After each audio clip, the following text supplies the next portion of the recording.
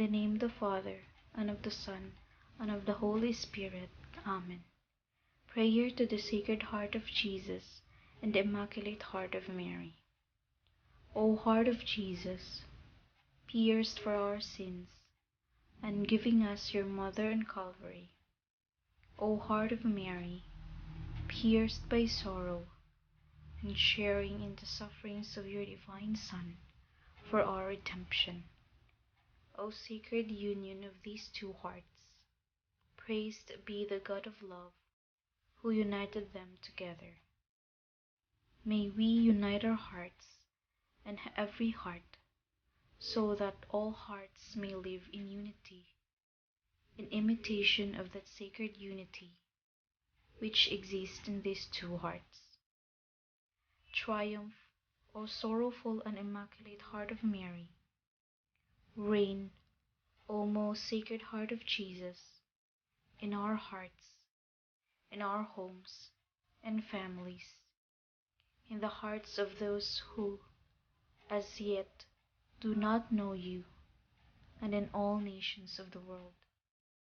Establish in the hearts of all mankind the sovereign triumph and reign of your two hearts, so that the earth may resound from pole to pole with one cry. Blessed forever be the most Sacred Heart of Jesus, and the sorrowful and immaculate Heart of Mary. Obtain for me a greater purity of heart and a fervent love of the spiritual life. May all my actions be done for the greater glory of God, in union with the divine Heart of Jesus and the Immaculate Heart of Mary. Hear and answer our prayers and intentions, according to your most merciful will. Amen. In the name of the Father, and of the Son, and of the Holy Spirit. Amen.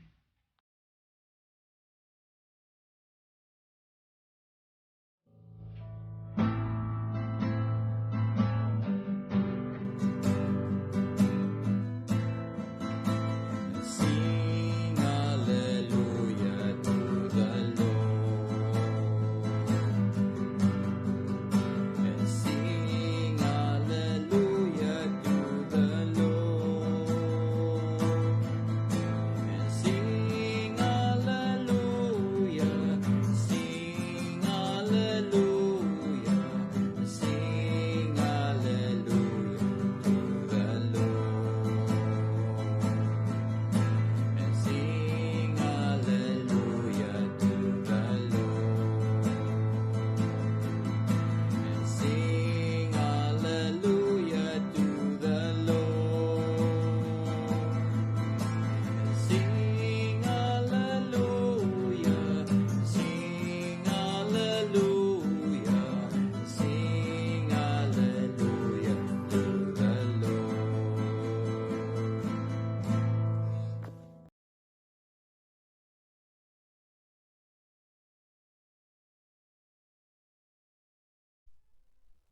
A reading of the Holy Gospel according to Matthew chapter 10 verse 16 to 23.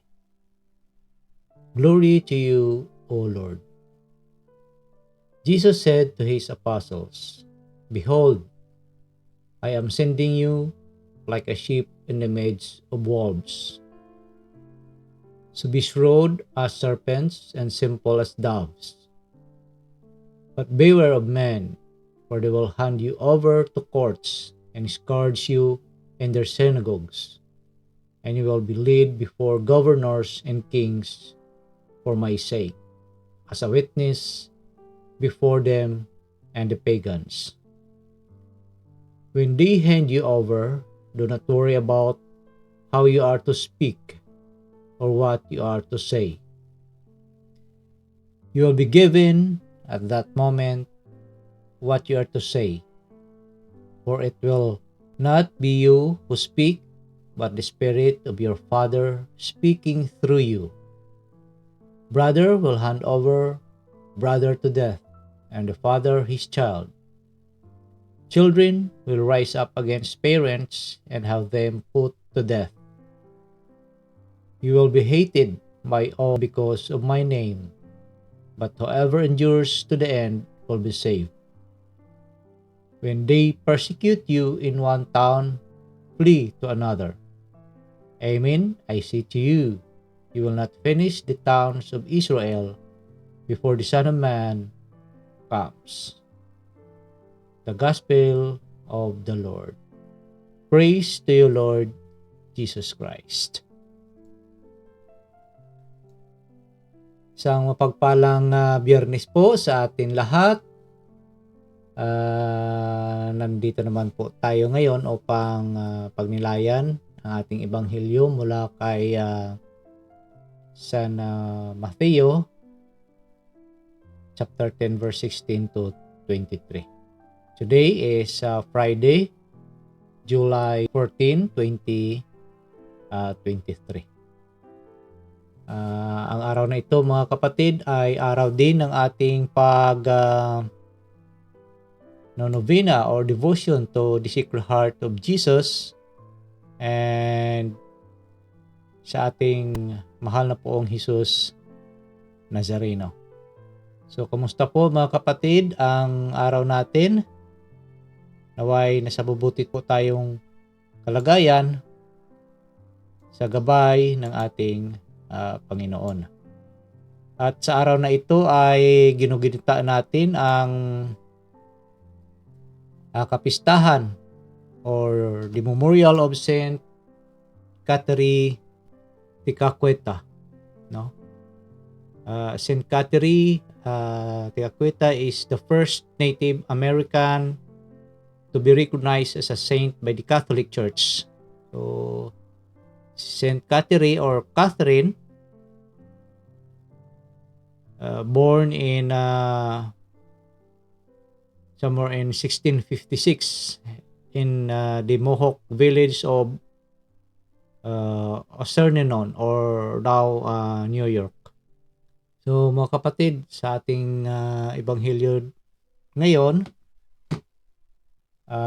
ito po ay it's all about again persecutions, no? Becoming persecution. So binabalaan tayo na sa ating buhay ay darating itong mga bagay na ito, no? Ating mga apostles dito, no, sa mga apostol, sinasabihan sila ng ating Panginoon that there were persecutions. Ang sabi dito sa verse 16, say, I am sending you like a sheep into the midst of wolves. So, sa 17, beware of them, for they will hand you over to councils and flog you in their synagogues. You will be dragged before governors and kings because of me. So, tayo rin ay makakaranas nitong mga persecution dahil sa ating pananampalataya, no, sa ating Panginoon. Ito mga bagay na sinasabi dito sa ating gospel, brother will betray brother to death, and father to his child, and children will rise against parents and have them put to death. And then sa verse 22, and you will be hated by all because of my name. So dito ang sa verse 23, when they persecute you in one town, flee to the next, for truly I tell you, will not have gone through all the towns of Israel before the Son of Man comes. But dito sa verse 22, na sinasabi dito that, and you will be hated by all because of my name, but the one who endures to the end will be saved. So, yun po mga kapatid. Tayo, no, in times of persecution, kailangan natin yung endurance, no? And yung sinasabi na brothers will put her brother or his brother over brother to death, no? and the father to his child. So ito po ay nangyayari na ito, no? Sa kasalukuyan, even before nangyayari na ito. So itong mga bagay na ito ay ano ba ang kadahilanan dito? Because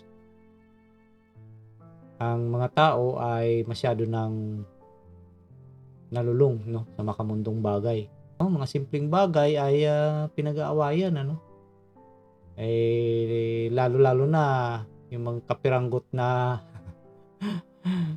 ari-arian, ano? Ayaw ng isa na medyo lumamang ng kunti yung isa, so kailangan talagang parehas. Kung yun ang mangyayari, talagang magdidimandahan. Of course, in some areas, ano, in reality, that yung iba nga nagpapatayan pa dahil dito, no.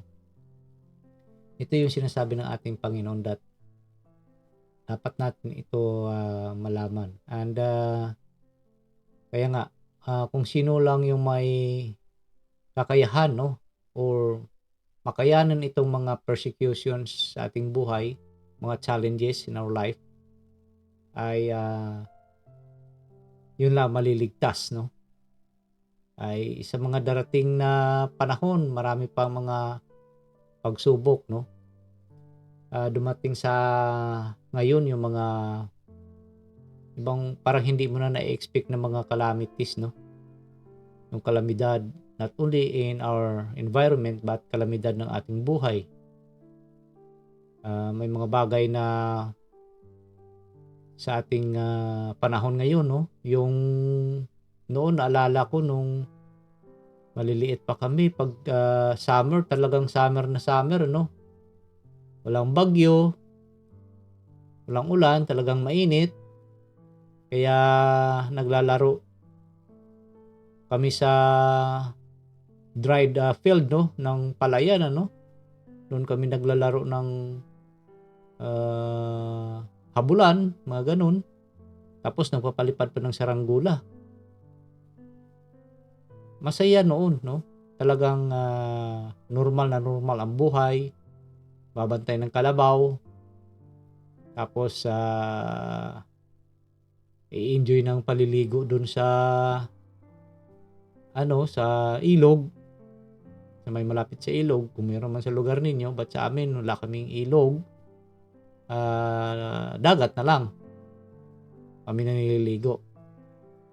Talagang ang panahon noon ay maganda. Kung summer talaga, tag-ulan, talagang umulan.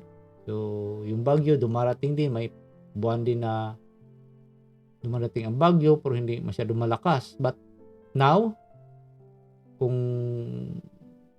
inyo lang na experience, iba na. Summer na summer, may bagyo, no? Kalain mo, no, na mainit pero may bagyong darating. Tapos yung mga bagyo pa naman ang lalakas. So in my experience, the first typhoon that I experienced na talagang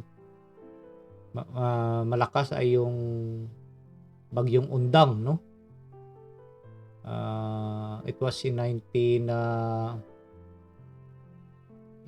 ba yun? Kung hindi ako nagkamali, talagang nawasak yung bahay namin. Daming mga property noon, no, ang nagkasira-sira. So itong mga bagay na ito na dumating sa atin ay talagang nasusulat na dito, no. Ito yung sinasabi ng ating Panginoon even sa ating pamumuhay, that yung mga persecution not only in our environment but sa ating sarili mismo ay kusang darating ito. So that's why sinasabi ng ating Panginoon that we must be ready, no, sa mga darating na mga bagay na ito. At kailangan natin pagtibayin lang ang ating pananalig, no, pananampalataya sa Kanya. Doon lang natin i-focus ang ating isipan, no. But unfortunately, sa sa panahon ngayon because of modern times, yung mga bata ngayon hindi mo na makikita na naglalaro sa mga sinasabi ko noon, no, sa amin. Ay bagkus nakikita mo na silang nakaupo lang sa tabi, hawak ang gadget. Ang iba nga hindi na nga makapagsimba dahil tulog. Dahil sa gabi, puyat sa paglalaro ng sinasabi nilang anong laro ba yun? ML ba yun? At saka yung iba pang mga laro, no, sa gadget nila. So, nagpupuyat yan. Kaya wala nang oras sa pagsimba.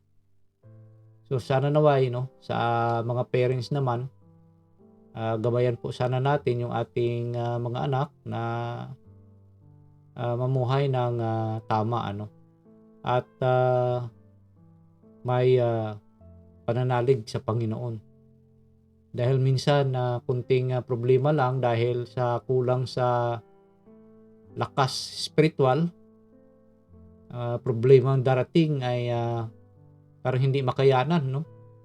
At ang kadalasan ang iniisip na lang ay yung bang magpatiwakal, ang sa isip nila, yun lang ang pinakamadali na solusyon. Ang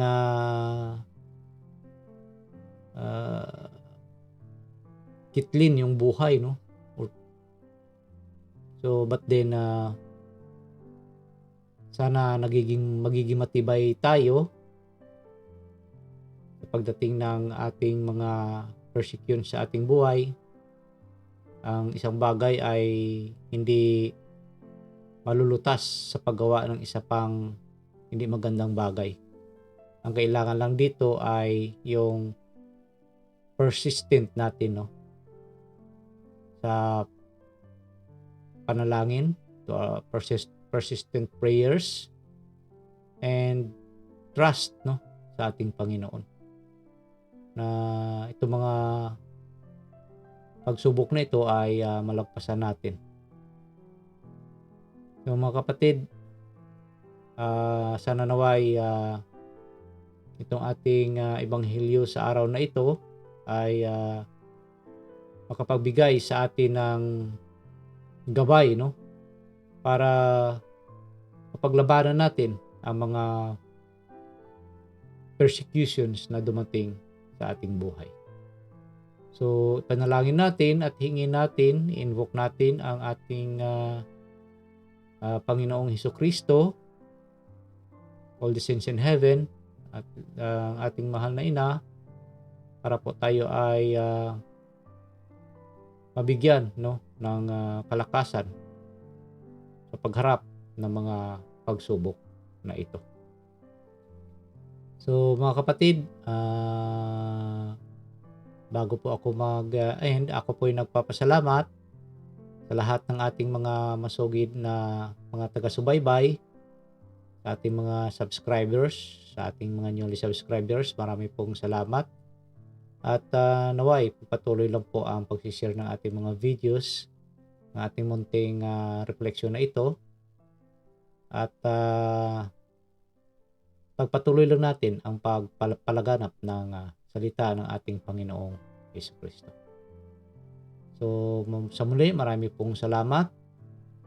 At naway ang Panginoon ay gagabay sa atin sa araw-araw nating buhay para malabanan natin itong mga persecutions na dumarating sa ating buhay. At wag lang po natin kalimutan na kumapit lang po sa patalim ang salita ng ating Panginoong Jesucristo. Maraming salamat at God bless us all. Manalangin po tayo. Sa ngalan ng Ama, ng Anak, ng Diyos Espiritu Santo. Amen. Let us pray. Spirit of wisdom and understanding, enlighten our minds to perceive the mysteries of the universe in relation to eternity. Spirit of right judgment and courage, guide us and make us firm in our baptismal decision to follow Jesus' way of love.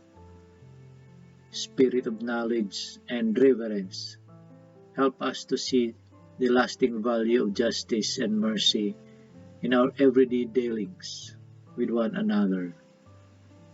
May we respect life as we work to solve problems of family and nation, economy and ecology. Spirit of God, spark our faith, hope, and love into new action each day. Fill our lives with wonder and awe by your presence, which penetrates all creation. Amen. Sa ngalan ng Ama, ng Anak, ng Diyos Espiritu Santo. Amen.